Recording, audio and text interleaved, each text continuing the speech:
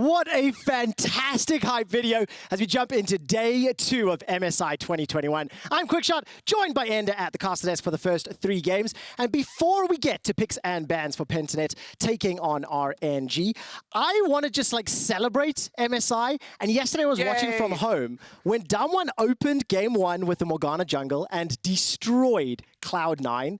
It just took me all the way back to EDG versus SKT in 2015. Wait, I'm sensing this story time. Game 5 in the finals, going into that game, going into that series, FLICKR had never lost a professional game on LeBlanc. And into the LeBlanc in game 5 of the finals, Pawn locks in Morgana and destroyed SKT. Oh, chills. The reason that I can't get that thought out of my head is not only is now Morgana back in the meta, albeit very different to how it was played a few years ago, MSI always feels to me like the tournament where surprises are more likely to happen, where the result is not as set in stone, and you can see it with the results. You know, CLG have been in finals, G2 have made 2 finals, they've won one of them for goodness sake. Yeah, they absolutely have, and other surprises always pick certain champions come out. We've seen the Rumble yesterday, some Kindred popping up as well. Pentanet GG on your screen. We'll be facing down RNG again today, but a player on RNG's side as well, Xiaohu in the top lane, making that transition up top side. I go back in my mind, back to my sort of stories that I can tell, because this is my first MSI as a caster. 2017, I was on stage as a referee, and Lucian in the mid lane, that was Xiaohu's signature pick he brought out for the first time on the international stage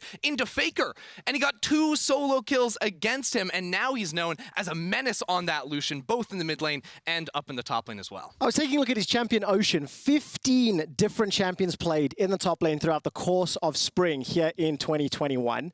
And coming into the tournament, coming into day 2, the patch that we're playing on significantly changed from regional playoffs.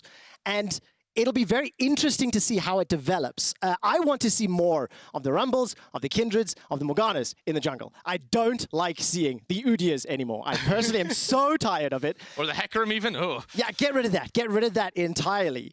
And of course, now for today, for this group, this is the 3-team group, because unfortunately the VCS could not be here. And that's a major bummer, because I would have loved to have seen how creative that region and their players could have been on the patch. But for RNG, for Pentanet, as well as UOL, this is a quadruple round robin.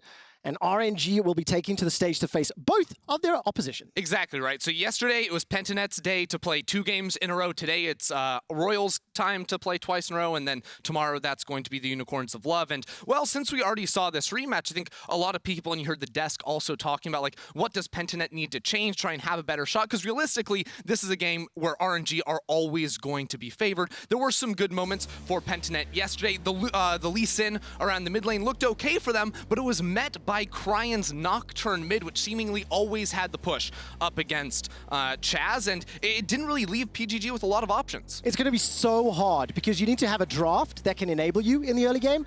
Then you need to action and play on that draft well against some of the best players from the LPL. That Lucian banned away instantly.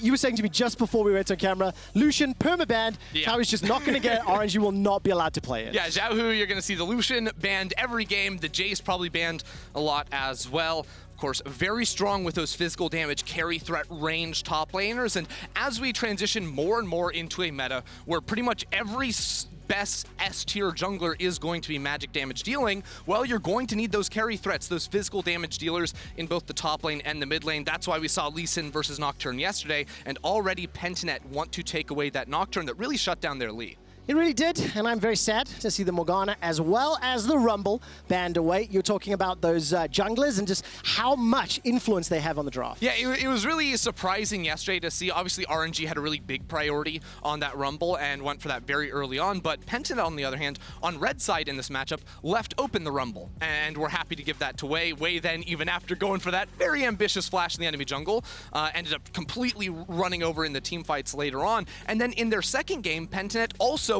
left open the Rumble when they were blue side and also didn't first pick it. So RNG still very much respecting that, even without Pentanet showing that they want to value it as a first pick. I mean, that's a big indication on the power of those picks, right? And I want to see who else is going to be picking them up and playing them throughout the rest of this group stage. There's that Lee Sin locked in, one of those flexible champions, and we can see which lane it's going to end up in.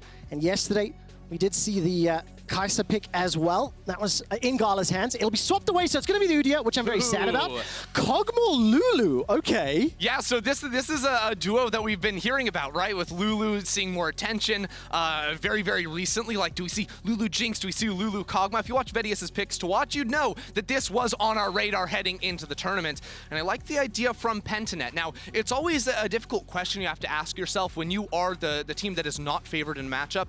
Do you go the scaling route and basically dare your opponents? Can you close out the game before we come online and overrun you in the team fights? Or do you say, we want to invest everything in the early game? A lot of analysts will say, oh, you want to cheese them in the early game. You want to hit them with a punch they don't quite expect. Well, Pentanet 2 games in a row, yesterday with the Fiddlesticks and the Jinx, and today with the Lulu Kog'Maw, are saying that they want to try and outscale and outfight RNG later on. That is a really bold call to make, especially because Pentanet have not had the strongest laning phases here on the MSI stage. We pushed back both of their games yesterday, so we already start feeling just a little bit nervous.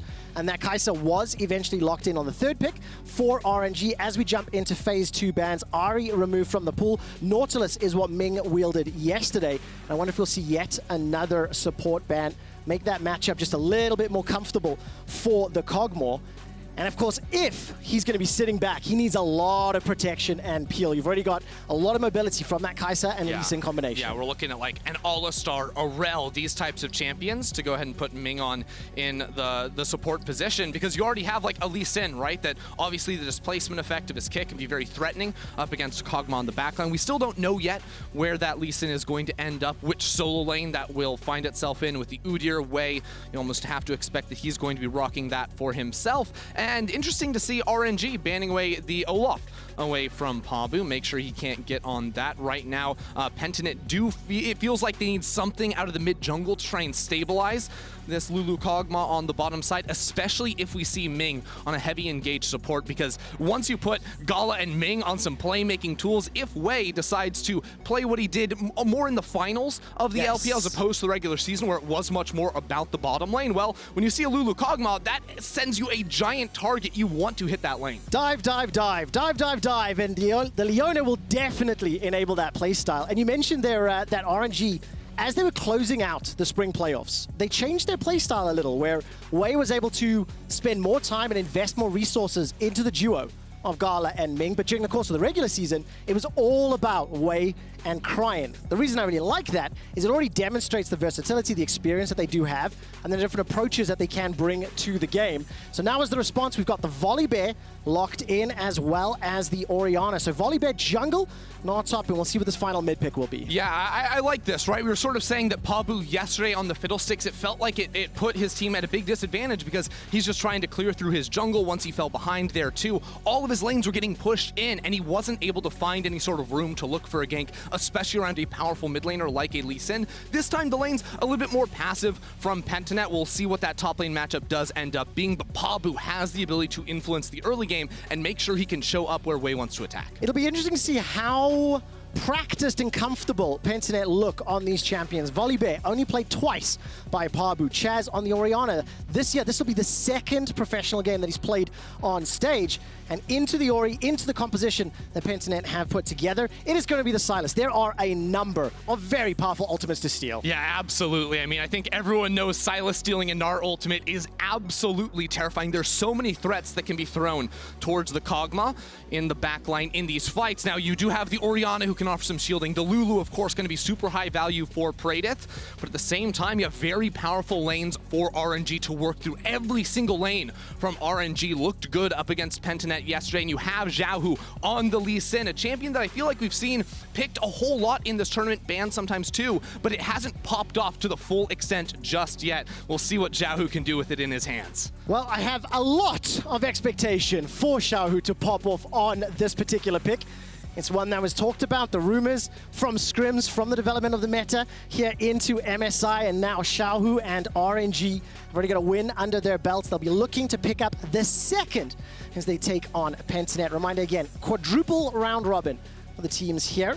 And between Pentanet and UOL, one of those two is most likely to follow up RNG. Let's see if any surprises can happen. As you can tell, we're just about loading up onto the Rift. And let's see where Xiaohu and RNG will go. Now, we talked about the expectations for Pentanet and the fact that they do have the scaling comp. They do want to buy time. They do want to put themselves in a position where Orianna, where Kog'Maw need time and items to build up. They cannot afford any early mistakes here against this composition that RNG put together. Yeah, and you know, we saw yesterday, one of the most criticized things in Pentanet's early game was Pabu's early jungle pathing. Went for the full clear, then was worried he was getting invaded on his bot side, ended up not resetting, and well, with the vision that was given into his jungle, Wei was able to sort of do a dance around, invade him on the top side. So the fear of losing camps caused Pabu to lose even more. And that's certainly something we don't want to see from them today, especially with a little bit more stabilizing lanes, right? Like nothing from Pentanet don't need to like pop off in this early game. I think that Pabu's main plan is going to be looking towards top lane, perhaps. You figure Lee Sin versus Gnar, especially with Gnar pushing, perhaps, in this matchup. If his lane ever gets frozen against him, that can be pretty deadly. If you're ever mini Gnar versus the Lee Sin, if an Udyr comes up around that top side, you do have to be a little bit careful. Are you at all surprised at how much Gnar we've seen, despite some of the nerfs? Or were you anticipating it to be this level of priority? I mean, ultimately, like, top laners have a specific breed of champions I feel like they always look for. They want picks that are usually lane dominant and can win the majority of their matchups, and then also have some pretty big team fight influence as well, right? So that's why we see a lot of Gnar Renekton too for his mid-game team fights. Like, these types of picks, you're pretty much going to be okay with no matter what. Gnar, a little bit more vulnerable, perhaps, than something like that Renekton. We are going to see both junglers pathing up towards the top side early on, and perhaps something goes down up there. Well, let's see what Wei can do. Had a huge influence in the games thus far as Praedyth will step forward, start auto-attacking at level 1. Little bit of return damage, but so far it feels like Pentanet will get the better of that trade. Yeah, that's the thing. Rocking a Lulu plus Kog'Maw, you see with the W level 1 there, Praedyth does a whole lot of damage.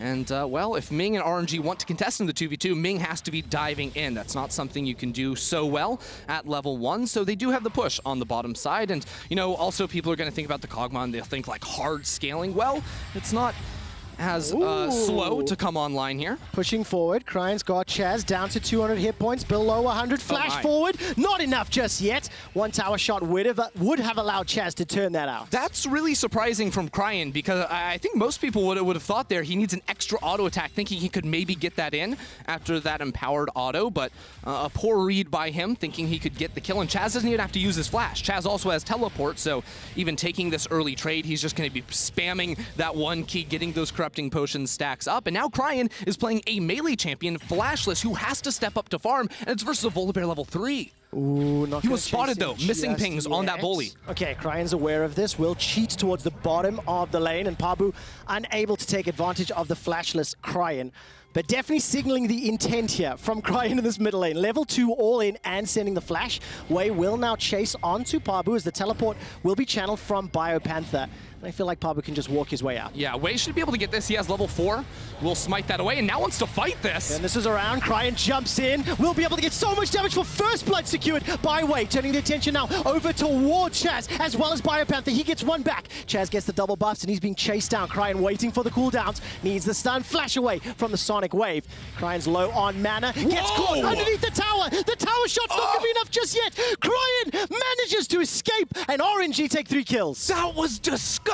I've never seen a Sylas E hit from that far away. Cryin is able to find it, and it's after Pentanet opt into the fight down in levels. They think they had the upper hand, but now RNG are going to take it all. Double crabs, 3 kills to just the one of Pentanet. 1,800 gold lead, and look at the minimap. BioPanther TP's in to then commit as Chazz and Pabu feel like they have the upper hand. Oh man, looking on your screen right now, Pabu's looking for a topside gank. Okay, not enough just yet. The Sonic Wave and Resonating Strike combo from Xiaohu gets some damage onto BioPanther, and just an easy maul from Pabu picks up a reply kill. So PGG, they'll at least pick something up in reply, but this is a little worrying because this is a team composition that needs time. Chazz has no flash. The Zenith Blade connects, and so does all the follow-up CC.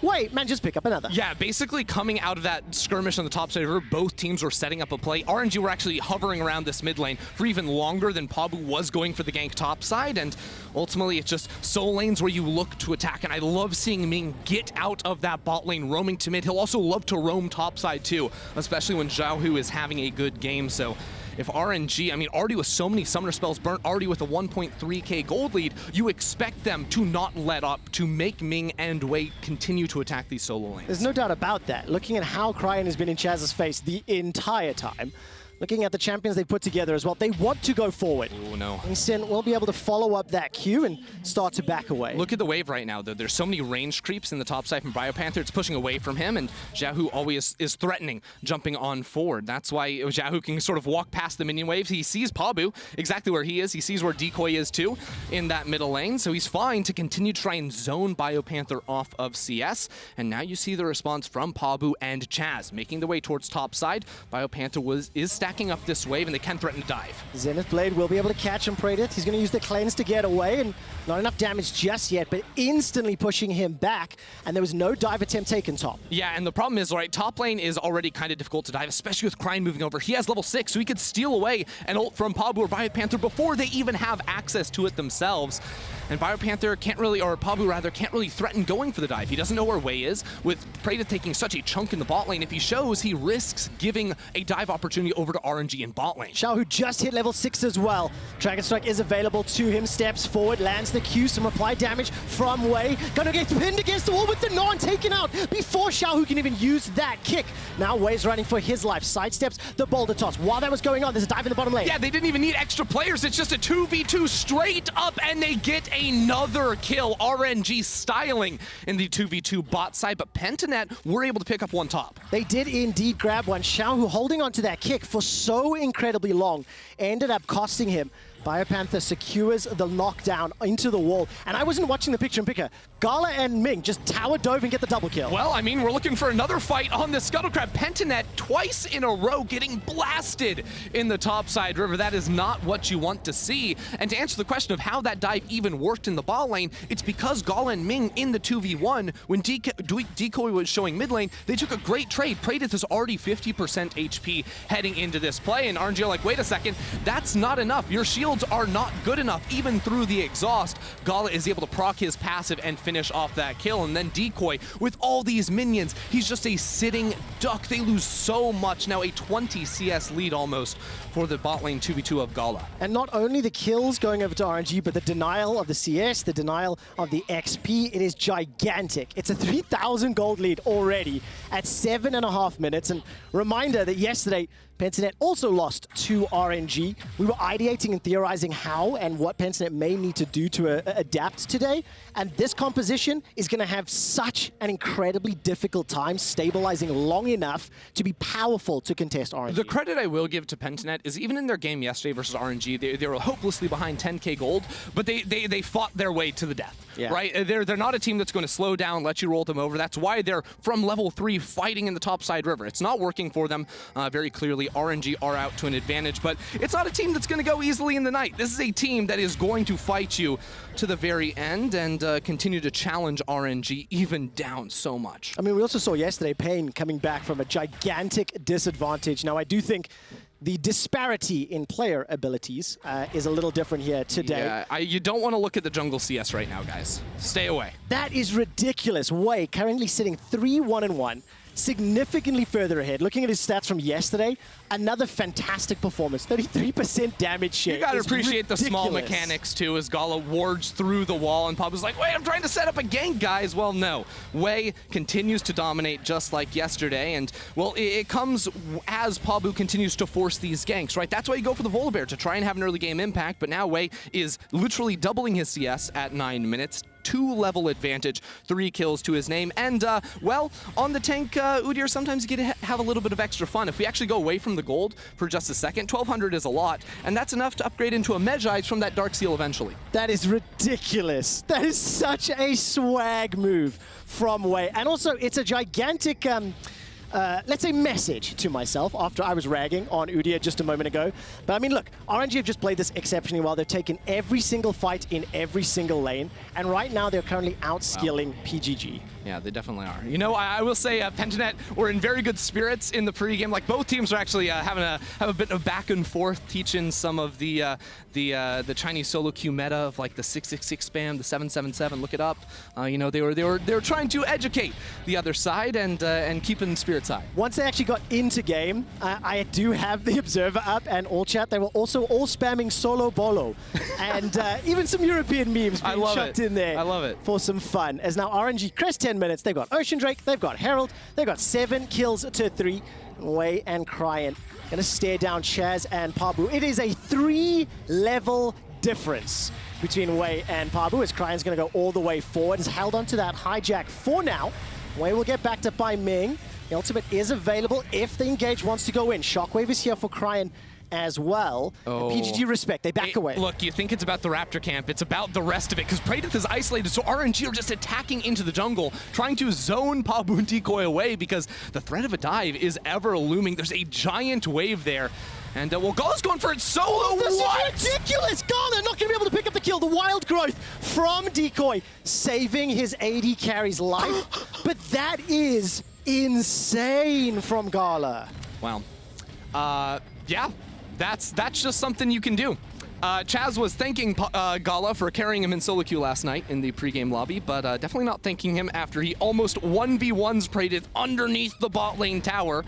Absolute monstrosity there, and Wei will pick up the second Drake of the game. Pabu just trying his best to clear the wave in bot lane before they lose more plates. I mean, super important to call out that GALA has got 24 professional games on Kai'Sa in the LPL. He played one yesterday, he played it today. If there is anyone that is going to know the limits of damage, the ability to dive, pick up kills, it's going to be this man. And it comes from a region that has produced some of the world's best AD carries. There was a Xiaohu earlier saying, yeah, GALA, just replace Uzi. You know, like, Easy. It's no big deal, no stress. But when you do see plays like that, you can see just how fantastic GALA is at the champion and at League. Yeah, and obviously like GALA, like the new kid on the block has to step into that shadow a little bit too. But like for Xiaohu and Ming, who've been on this team for a while, role swaps, you know, trying to do their best after losing that star player too. It's about redefining the RNG and saying it's not just about some sort of star player. And obviously this is the very early stages of MSI, but we've seen really great moments out of every single player on this roster in just 2 days. Yeah, and I mean, RNG, one of the pre-tournament favorites, you know, back on the international stage.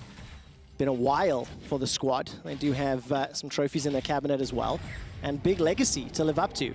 And right now, they are just styling. We're approaching the 15-minute mark. Wei continues to dominate Pabu. 3-level advantage is maintained. Shockwave comes out from Chazz, but he's running low on mana. Cryin with the gigantic heal, turns it back around to Chazz and almost picks up the solo kill. Wei will step in.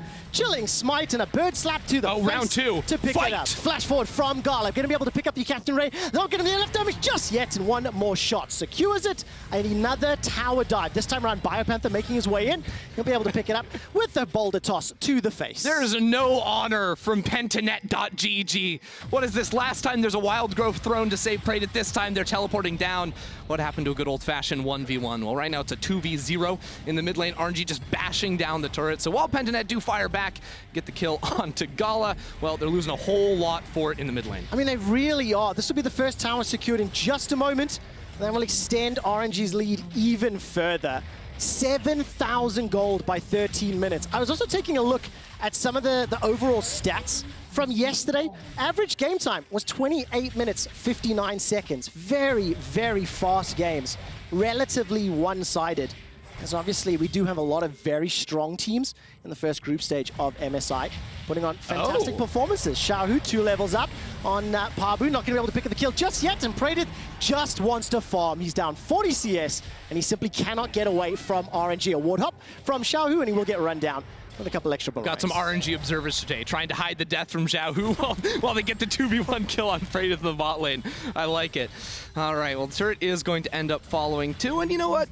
It's been a day for Lee Sin. It's been a couple of days for Lee Sin, 1 and 3 while the rest of his team's popping off. Does Xiaohu meet the mark for what you wanted to see from a laning Lee Sin? Because you've gotten 1 and 2 from yesterday. I think you're a little, let's say, critical of what we saw yesterday. You know what? I'm going to say that this isn't the game to really judge the validity of the Lee Sin in lane pick. You know what I will say, though, is that this game we are seeing the Gore Drinker, and I think that's what we saw a couple times the other days, yesterday as well, too. Yeah. But I was actually talking with Zale about this, and I think we both kind of like the Eclipse pick. Not in every game, but when you see some squishy targets on the other side, I think Eclipse is pretty sweet on that Lee Sin. And, I mean, when you're off to an early lead, that's what I would have done, personally. I would have liked the Eclipse, go for the one-shots on the Kog'Maw every time, but clearly Xiaohu knows something I don't. I mean, I also wonder if it'll just be player preference as well, composition dependent. Like, we'll have to see whether or not Lee Sin continues to be prevalent, continues to show his face. We're expecting Xiaohu not to be allowed to play that Lucian, as it's something that he's made such a name for himself on. And of course, look, this is how the game against RNG was expected for Pentanet. But when we look at this group, Pentanet and the Unicorns of Love, one of those teams will be advancing through. So that's really the do or die. And ultimately, for both Pentanet and UOL, there's a couple extra games against one of the best teams in the world. So I really want to see how they continue to adapt and develop. I don't think this comp was the right direction, and we've seen just how good RNG are at punishing everything and creating opportunities. Xiaohu's not going to be able to land the Sonic Wave. It is interesting, too, when you look at the two leagues. Obviously, LCO came in the latest of any league this year with the OPL shutting down and trying to figure out that situation coming into 2021. The LPL plays like more games than pretty much anyone. Yep. You know, best of threes, so many. Like their playoffs are super long, too. RNG ended up dropping a series to FPX before they even made it back to the finals to get that rematch in, which they did eventually win. So a lot of experience just within the last few months for RNG that Pentanet will be hard to match. And also remember that Pentanet, a number of the Oceanic players got picked up by LCS teams as well. So that also has an impact. Ming chucked out an exploratory solar flare there. I didn't quite see if there was any further backup from RNG, but because of the control they've had, 3 towers secured, they pushed the ward so deep into the Oceanic jungle. This will allow the 3rd dragon to be picked up by RNG. It's an Infernal Soul, and that is exactly what RNG are going to be looking for with the very high damage comp they've put together. I'm still waiting for the Medjais for Wei. Hasn't yet been upgraded, so I'm a bit disappointed. Yeah, I'm with you, and I'm glad you bring up the Medjais. I was going to say, since it's like 8K gold lead at 16 minutes, everything looking RNG, I kind of want to go on some item tangents here. Okay. There's been some interesting stuff, right? You know, we already had the Lee Sin, we brought up the Medjais, which does need to get upgraded from Wei here. Notice Pabu, obviously struggling a whole lot in this matchup, now having a bit of a dance party with Praedyth. You'll love to see it, just leeching some experience from the Kog'Maw. He went for the Locket, and I think that is the right choice, believe it or not, here when you are this far behind. You know, just keep that Kog'Maw alive for 2 extra seconds versus the Kai'Sa. At the same time, I don't like double Doran's Blades from BioPanther. Now, bringing this up at 17 minutes is a bit of a stretch. I get it, guys, but the Omnivamp does not stack. If you want to get another Doran's looking item, go for a Cole. I'm a big fan of that. Cole, get yourself some extra money if you can get the 100 CS necessary. Well, he has been farming well enough into Xiaohu's Lee Sin, but the rest of the map has been absolutely obliterated. I mean, Mythics were just picked up their 4 Chazz on the Ludens, and he's been facing off against a number from RNG. Xiaohu stepping forward once again. No support this time around, as Pentanet have got 3 members sitting nearby. And this is also an interesting thing to think about, is that obviously 2 teams from each of our 3 groups will advance to the Rumble stage, and every other team will be watching this from RNG. I wonder if this Kai'Sa is going to stop being removed against RNG. GALA is just so incredibly strong on it, and we've seen the impact that he can have. BioPanther will about to Gnar out. While that's going on, Wei is pushing on the bottom lane. This tower will survive a few extra seconds, but they can't stand toe-to-toe. If RNG engage, Pentanet are going to go down. You know what? Pentanet are going to fight. That's what I believe. I think from watching their game yesterday and them like trying to set up fights around like Drakes and whatnot, hiding in the fog of war for seemingly 60 seconds while RNG were like, wait a second, why aren't you guys defending your mid turrets? What's going on? If that was any indication, I think they may just end up pulling the trigger, even if it may not end up going super well here. Praedyth, of course, did just finish off Kraken Slayer, so has made it there at the very least. It's going to be a big power spike, but it's simply not enough right now. 10k gold difference. I'm waiting to see when RNG pull the trigger. Where will the tower dive come from? Baron hasn't even spawned yet. The Infernal Soul will be available at 21.5 minutes. And it is just utter domination here from the LPL representatives. Another base, another failed Medjai's purchase. It's really disappointing here, Wei. You know, I mean, Cryin's figured it out. Cryin knows what's up. He's already winning the race. He's got almost double the amount of stacks. If he gets a kill, he's going to get twice as many. It's a bit of a difference there between RNG. Clearly, even with 5 kills, it is Cryin with the mental edge picking up that Mejai's. I mean, it's a 4-level advantage here for Wei over Pabu. Pabu just has not been able to play League of Legends. I mean, his jungle is gone now, too. Like, he doesn't get to farm. Even if camps do spawn that Pentanet are able to take, it's all going to Praedyth or Chazz. Yeah, it really, really is. I mean, from RNG now, let's take a look how they finish this out. Panther's going to Mega Gnar out. They've got so much damage. They can melt Baron if they want to. Bait Pentanet to step forward and turn and engage. If you were going to say, like, textbook how to finish this game, what would you want RNG to do? Well, just go Baron and invite Pentanet in to fight you. You literally have such an item advantage. Like, you can tank that thing for forever with Lee Sin too. His W offers so much. You just, offer up a fight. Cryin steals a Gnar ultimate. You slam Praedyth against the wall and it's over. Well, that's what it looks like is happening. RNG pushing the waves. They've set up the deep vision. Starting to back away, and let's see if they commit to either the tower or to the Baron pit. I think it's going to be the Baron pit. I think the control wards in the inventory are relatively telling that they do want to end up making that turnover. They can also force a TP out of BioPanther, and, because it's Infernal Rift, you're going to see Pentanet coming from a mile away. The teleport does come on through, and this will be the fight. BioPanther needs to get that Mega Gnar, peel away from Baron, from RNG. Ming's got Flash, he's got the Solar Flare as well. That's the Gnar ult. To see if he picks a target. All right, so Cryin has stolen it, decides not to engage just yet. RNG playing this one a little slower. They're just going to go for the Infernal Soul instead. 0 risk with that one, 30 seconds away. You will see Wei trying to get into position, see if there's a good flank opportunity. Puts that ward down critically underneath the red buff. You'll notice Xiaohu is top lane with a teleport, and one thing that Lee Sin in the jungle doesn't get access to for insects is that TP button. He has to use mechanics. Now Lee Sin top lane, a very different story. You can just press that teleport and come on in. That's the engage from Pentanet. They've got a small window of opportunity with the numbers advantage. Ming is not yet dead. Solar Flare will come down. Cryin step forward. The Gnar into the wall. Buys enough time for Wei and Xiaohu to arrive into the fray. Ming steps forward, finds a Zenith Blade, picks up a double kill for GALA, the triple kill for GALA, as well as the Sonic Wave into the resonating strike, and GALA steps forward into Pabu. This should be the quadra kill for GALA. Not a Penta this time, but 4 out of 5 is still good enough. I feel bad talking trash about Lee Sin top laners not needing mechanics when Xiaohu comes up with a clean insect, that's the one, onto Praedyth there. It's not just going to be the Infernal Soul, it's also going to be the Baron for the ultimate cherry on top. And look at the player cams, by the way. With the exception of Chazz, the rest of Pentanet are smiling, they are laughing a little bit. This is obviously a really, really difficult game, and RNG have just completely run away with it. They picked themselves up the Infernal Soul. They're about to pick themselves up the Baron at 22.5 minutes. And this is going to be that setup here as we're following GALA. The GALA POV, you love to see it. Gets away from the Gnar. It's easy peasy and just autos everything that's in front of him for the time being. You actually notice, like, all the CC sort of setting up to allow him to hit Pabu, and he's got a million dashes too. It's not that hard to chase down and finish off those kills. No, it really isn't. Nicely done by RNG. I'm really sad that he wasn't looking at Lee Sin to watch that play. I'm disappointed, GALA. You were focusing on yourself instead of your teammates. This is a team fight as an AD carry, and that's unacceptable. I love that. I appreciate that. Well, let's see what GALA and RNG can do now. 15k up. They're going to be playing Unicorns of Love in the next game. Imagine being UOL watching this. Imagine being sheepy and being like, all right, boys, let's take them on, What approach do they go for? And I think UOL, as well as the CIS, have definitely had, I think, stronger showings on the international stage than what we have seen from the Oceanic representatives. Wait a second, Praedyth's just behind everyone. He's just, this is what we call the rage push in solo queue. You just full send it in a side lane. You're like, guys, I need minions. I need minions. I don't care if they come from me. And RNG are letting him do it. This is sportsman-like behavior. Wei did kill the top minion wave, so there's no more support here for Praedyth, and this will allow RNG just to push all the way forward.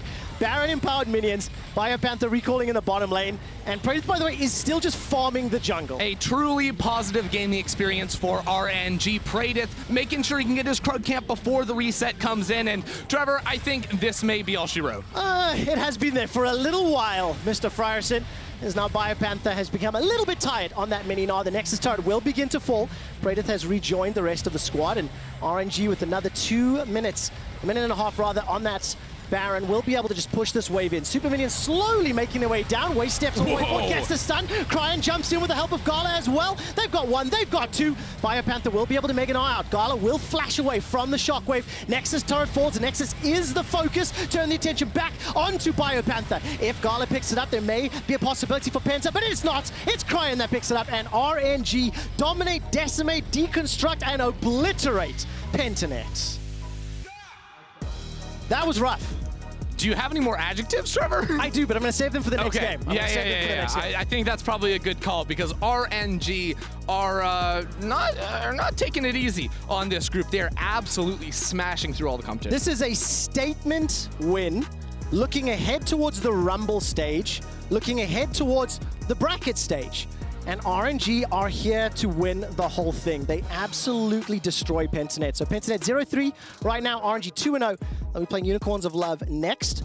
And then obviously tomorrow, I'll face UOL once again. Yeah, and of course, they haven't actually played UOL yet. They've played 2 games against Pentanet, and we heard Xiaohu talking about it, saying, oh, maybe UOL's the team that gives us a little surprise coming up next. UOL always do have that next trick up their sleeve. You never know quite what to expect. But for Pentanet, need to reset off of a game like this because really your competition in this group, it is just UOL. It's a battle for second seed to be able to move on to the Rumble stage. Yeah, I completely agree. And I think also going back to the drawing board, like a little bit more of a scaling sort of team fight composition, it's not what we were wanting to see or hoping to see, because when you come up against players with this ability difference, also with this amount of experience on stage difference, it's so hard to play clean for that long. I don't know. I think it's hard to fault them for that, in my opinion, because you also, like, do you try and beat RNG at their game too and try to throw down in the early stages? It's a hard question to answer, and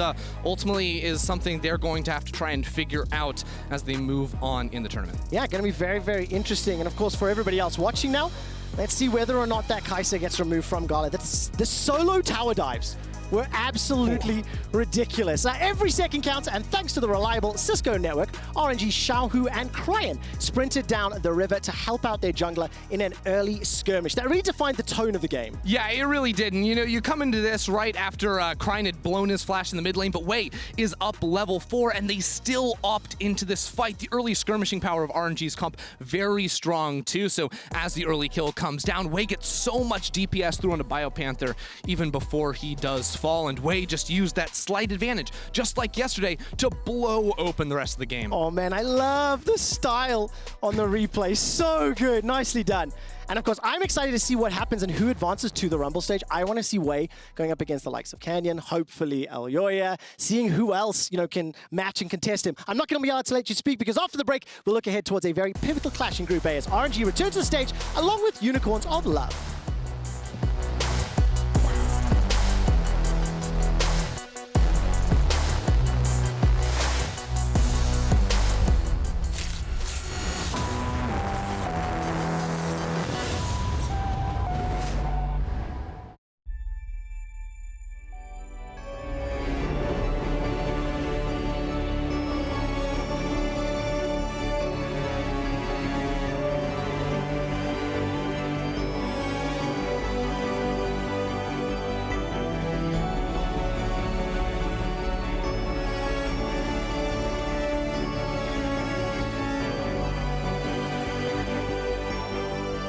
Find X3 Pro.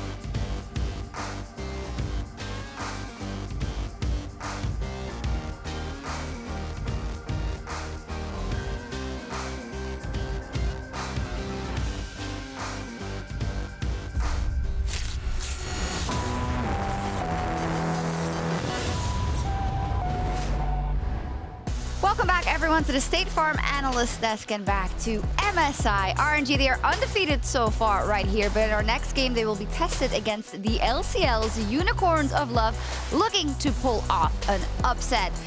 So, the last game, unfortunately for Pentanet, was an absolute masterclass by RNG Dagda. I mean, oof, that wasn't pretty. It really wasn't. I kind of felt bad for Pabu at the start of that game. Saw Cryin nearly get the solo kill. Pabu comes to try and help. And from that point on, Wei just owned the map. There was just no stopping this guy. He ended up with a 2-level lead very, very quickly. And from that point forward, RNG were like, cool, we've got free reign of the map now. Cryin is going nuts in the mid lane. You're seeing bot duo dive on towards Praedyth on this Kog'Maw, taking over control there. It just really felt like from that point, there was no coming back into it for Pentanet. Yeah, and the Volibear pick, I liked it. It means that you can be more proactive, and you pick the Kog'Maw Lulu, and it's exactly what we talked about on the desk, right? Get some scaling for Praedyth, get some protection for him, and then Pabu can be the bridge to get them to the late game. The problem is your bot lane's getting dove 2v2, and Pabu, although he was really far behind in CS, the thing that you have to note from the CS deficit was that his laners' waves were always in bad state. So he always had to cover his laners, which meant that Wei could just sit there power farming while Pabu was trying to cover all these lanes, and that's the reason why he fell behind. And Volibear as well, not very good at catching up in clear speed. Yeah, and you know it's not really a good sign when, you know, Ming is actually just stuck in the bot lane and you're still losing across the map. Because one of the big things that we kind of talked about was, look, hey, if you're going to go for these late game scaling, you've got to realize that then Decoy is going to be stuck in the bottom lane and you unlock Ming. But that's actually not what we saw here. It was just a case of just powering through strong lanes across the board and being able to win out there. And as Caedrel rightly said, I mean, if you're just allowed to power farm his way, you're able to get all this deep vision then as well. And RNG are just taking over the game. As Jankos said on his stream, I think it was, lane diff, lane diff, lane diff. It's not jungle diff. I mean, Dagda, I've heard you refer to RNG in the LPL as the side lane savants. What does that exactly mean?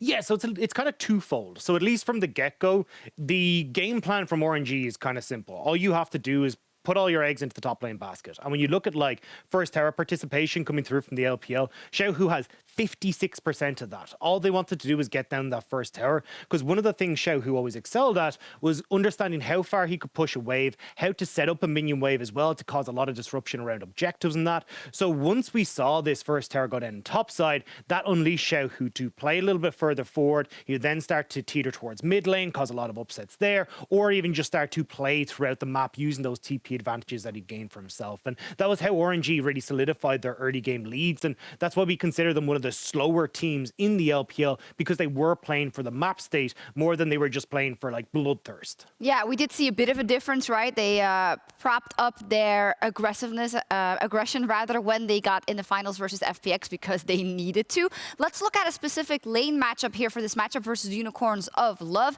Nomance is up versus Cryin in the mid lane, and well, I would say Nomance is obviously the statistical standout for UOL, but Cryin just had a monster game on Sylas. Yeah, he had a monster game. He almost got a solo kill in the level 2. He did end up getting a solo kill, but I want to focus on Nomance a little bit here, because Nomance last year at the Worlds play-ins against Supermassive in that best of 5 for the group stage, although they did bomb out in group stage and they went 0-6. Their group was a little bit tough. They had DRX, they had top esports, they had FlyQuest as well, but we won't talk about that. And Nomance was playing things like Vayne mid. He was playing things like Caedrel. He was popping off on these champions. And if you look at Nomance in the LCL, he has 31% of his team's damage share. He has 75% kill participation, 76. You can see on your screen. So he's part of all the kills. And although he was on Orianna yesterday, he was a little bit quiet. He was a teamfight monstrosity. He was scaling up a bit. He has got a very deep champion pool that he can dig into if he needs to. Yeah, there is an option there for Unicorns of Love in the mid lane. And let's look at the bottom lane as well. Interesting situation, of course, for the Unicorns electing to play with Lodic instead of Frappy in the back end of the season. Lodic is, of course, a very experienced player. He's, by the way, writing his bachelor thesis whilst he's playing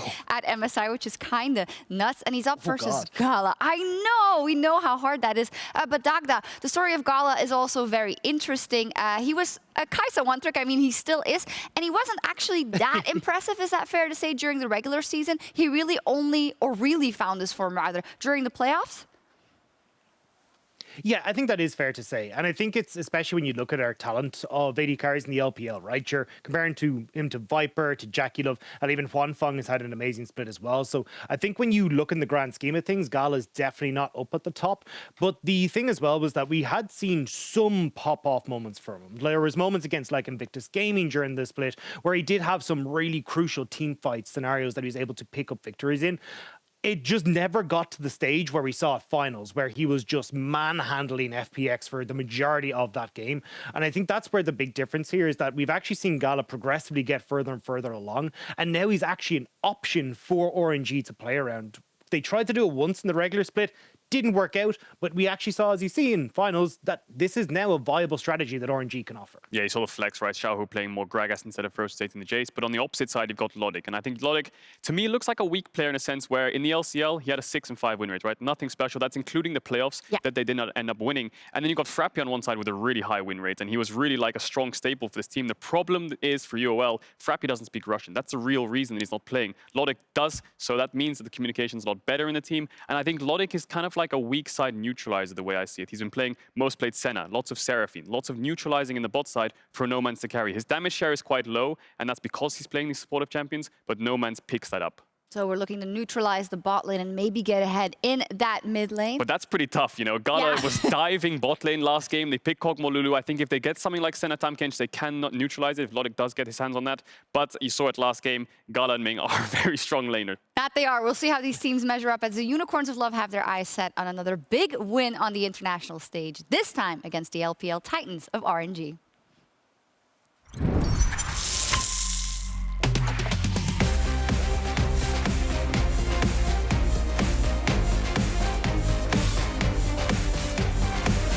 It looks so good, but RNG just slapping them with their wallets. They're just too strong. Unicorns of Love are mopping up everybody, and they are going to make sure this